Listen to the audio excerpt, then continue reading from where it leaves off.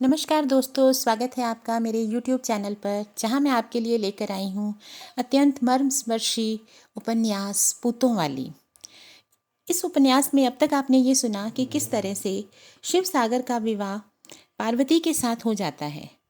पार्वती एक बिन माँ की बच्ची है, जिसे अपने पिता के घर में कभी भी प्यार नहीं मिला।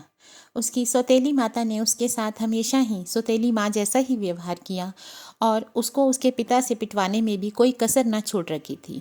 फिर उसकी बुआ ने उसका विवाह शिव सागर के साथ करवा दिया, लेकिन यहाँ ससुराल में आकर भी पार्वती को प्यार नहीं मिल पाया। पार्वती शिव सागर की आशाओं के अनुरूप ना थी। ना तो उनके जैसी ऊंची लंबी थी और ना ही वह उसमें सुंदरता खोज पाए, अतः वह उससे कभी बात ही नहीं कर पाए। आज 10 साल बाद वो पहली बार अपनी पत्नी से बोले थे। अब तक तो शरीर की क्षुधा से ही कातर होकर वह उसके मूक याचक बनकर आए थे, लेकिन उस दिन उदर की क्षुधा से व्याकुल होकर लौटे तो देखा पार्वती तीव्र ज्वर में अचेत पड़ी है और नित्य नाश्ते के लिए भरा हुआ कटोरदान रिक्त है। शायद खाने की छुट्टी में आए पांचों विकट वीर सब चाट चूट गए थे। बाहर लू के गर्म थपेड़े कनपटी पर थप्पड़ मार रहे थे, नहीं तो दुकान से ही कुछ लेकर खा लेते। सहसा झुंझला कर उन्हें और कुछ नहीं सूझा तो अकड़कर दरवाजे की चौखट पर खड़े होकर गरजे, पार्वती, नाश्ता नहीं रखा आज? मैं सुबह भी भूखा चला गया था। हड़बड़ाकर वह उठ बैठी।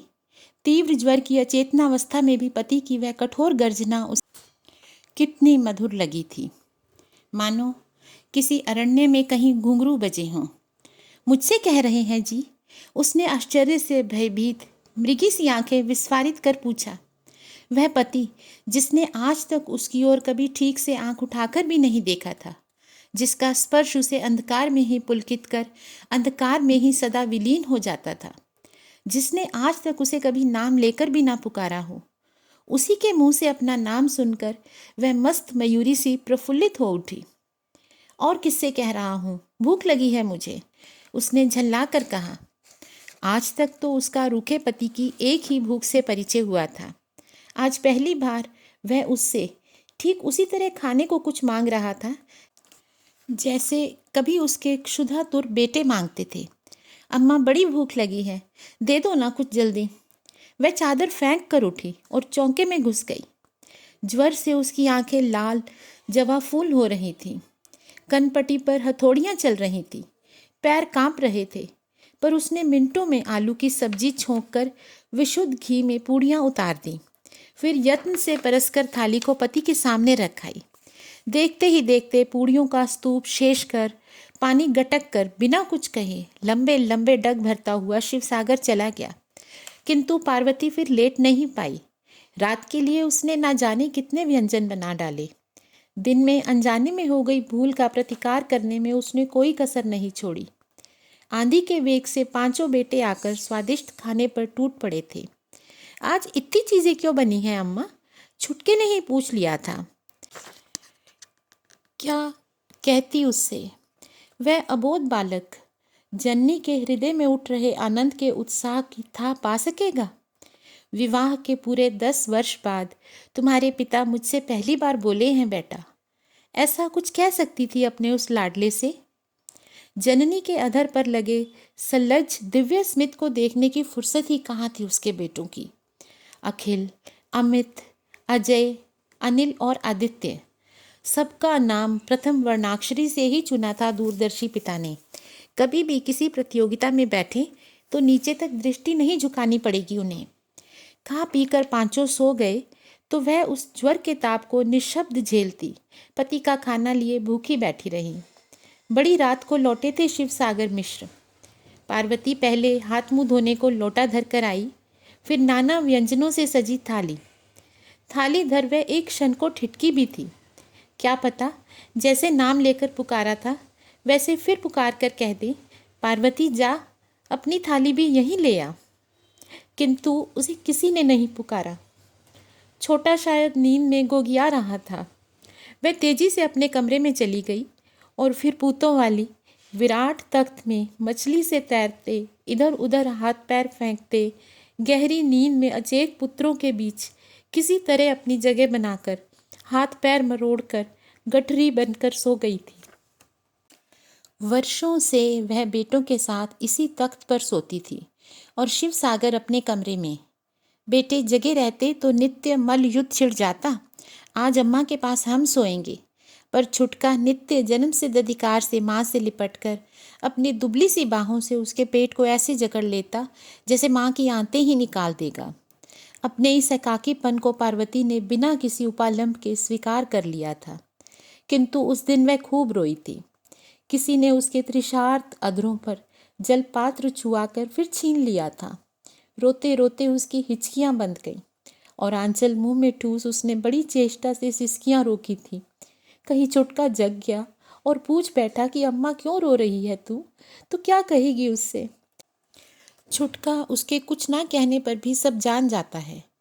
यह वह जानती थी, पर कब तक छिपाएगी अपनी अवहेलना को? सयाने होंगे तो सब जान लेंगे। यही हुआ भी था।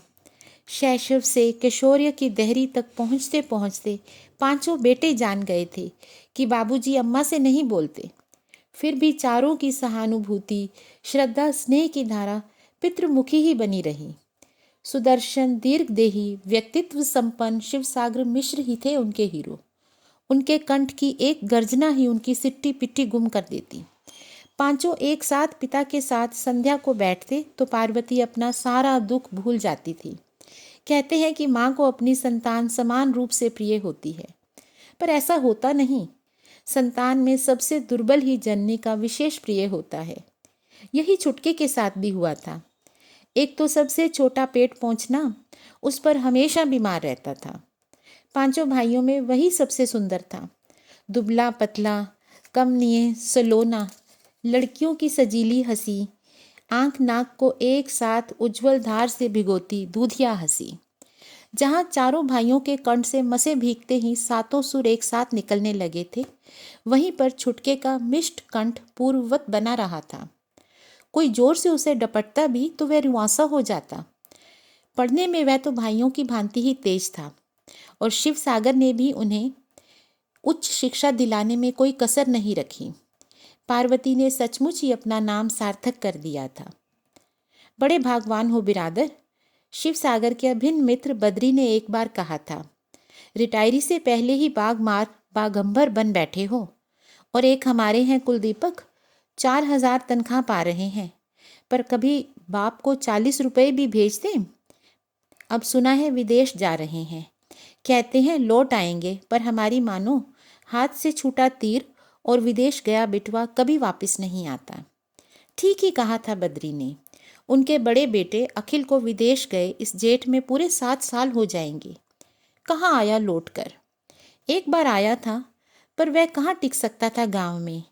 कभी एक भाई के पास, कभी दूसरे, कभी अपनी ससुराल। सब बड़े बड़े शहरों में थे। बाप के छोटे से घर की मिट्टी अब उसे रोक भी कैसे सकती थी। जहाँ वह है, झाड़ू लगाने की भी मशीन है। बाबूजी, अब देखिए ये इलेक्ट्रिक शेवर है, पर यहाँ बिजली ही नहीं है। शिव सागर के जी में आया कहें बेटा, वह दिन भूल गए जब हम तुम पांचों भाइयों को एक साथ नाई की दुकान पर ले जाकर 1.25 रुपये में तुम्हारे बाल छोटे छोटे ऐसे कटवा लाते थे कि महीना भर ना बढ़ते थे। पिता के लिए एक घड़ी, अम्मा के लिए एक झोला सा स्वेटर जिसमें उस जैसी 3 पार्वती समा सकती थी, और विदेशी साबुन, ब्लेड, ये सब उपहार अभी तक उनके टीन के बक्से में ज्यों के त्यों धरे हैं। आया भी तो बाल बच्चों को वहीं छोड़ आया। बहुत किराया है अम्मा, कुछ पैसे जमा कर लूँ फिर आएंगे। पर कहाँ आए फिर? उस बड़े पुत्र से उन्हें कभी कोई आशा नहीं थी। छोटा था तभी से पूत के पांव उन्होंने पालने में ही देख लिए थे। पांचों को श्रुति लेख एक साथ देते थे शिव सागर। वही एक ऐसा था जो पिता की नज़र बचाकर कनखियों से भाइयों की कॉपी में से सब कुछ उतार लेता था। जब जस्टिस मिश्रा उसके लिए अपनी पुत्री का रिश्ता लेकर आए तो शिव सागर को लगा वे सपना देख रहे हैं। इतना बड़ा आदमी अपनी पुत्री का रिश्ता उनके बेटे से करेगा? बेचारे सरल मिश्रा जी समझ नहीं पाए कि वे उनके बेटे की ऊंची नौकरी से रिश्ता पक्का करने आए हैं, बेटे से नहीं। कहाँ राजा भोज और कहाँ गंगू तेली, कहाँ रखेंगे उस राजकन्या को? वे यही सोचते थे, किंतु राजकन्या वहाँ रही ही कहाँ थी। पति के साथ उसकी नौकरी के जादुई कालीन में उड़कर सदा के लिए विदेश के शून्य अंतरिक्ष में विलीन हो गई थी। दूसरा बेटा अमित इंजीनियर था। उसकी जिद के आगे झुक गए थे शिवसागर। अन्न जल त्याग अनशन कर बैठा था उनका वह जिद्दी सपूत। किसी तरह उसकी माँ के गहने बेचकर पेट काटकर उसे IIT में पढ़ने भेजा और इंजीनियर बनकर निकला तो उनके पहले समधी ही कब उनके हाथ का गस्सा छीन ले गए वे जान भी नहीं पाए। बड़ी बहन गीता ने ही छोटी बहन रीता को देवरानी बना ऐसा अनुभूत मंत्र उसके कान में फूंका कि वह विदेश चली गई। तीसरे हरामखोर बेटे अजय के विवाह के बाद तो उन्होंने उसका मुंह ही नहीं देखा और ना ही देखेंगे।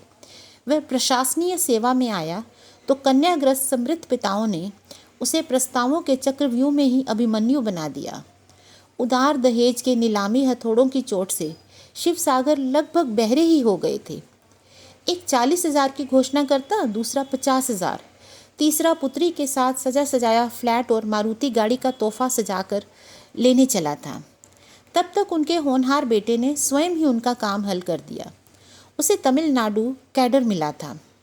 दुर्भाग्य से किसी दूरस्थ जिले में उसकी नियुक्ति हुई। शासन की बागडोर संभालते ही उसने खटिया पकड़ ली। पीलिया हो गया था।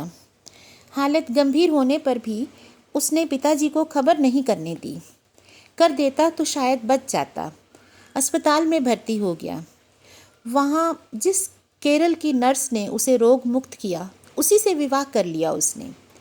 एक दिन चिंतातुर पिता का जवाबी तार आया तो उन्हें उत्तर मिला, मुझे और अपनी बहू को आशीर्वाद दीजिए। इस पर वह बोले, तुम हमारे लिए मर चुके हो। हम दोनों तुम्हें कंधा देने के अधिकार से भी वंचित करते हैं। अपना काला मुंह हमें मत दिखाना। क्रोध से फड़कती शिखा को फहराते पंडित शिवसागर मिश्र ने स्वयं उस चिट्ठी को लेटर बॉक्स में डाल वहीं पर पच से ऐसे थूका जैसे निर्लज पुत्र के मुंह पर थूक रहे हों।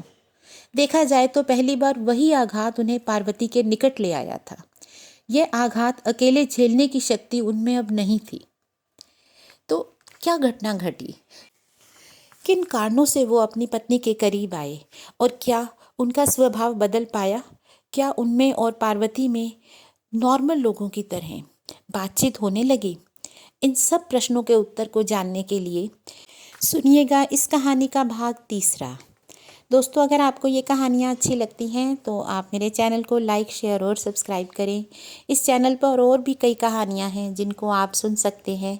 सबके लिंक इस चैनल पर ही हैं। धन्यवाद दोस्तों।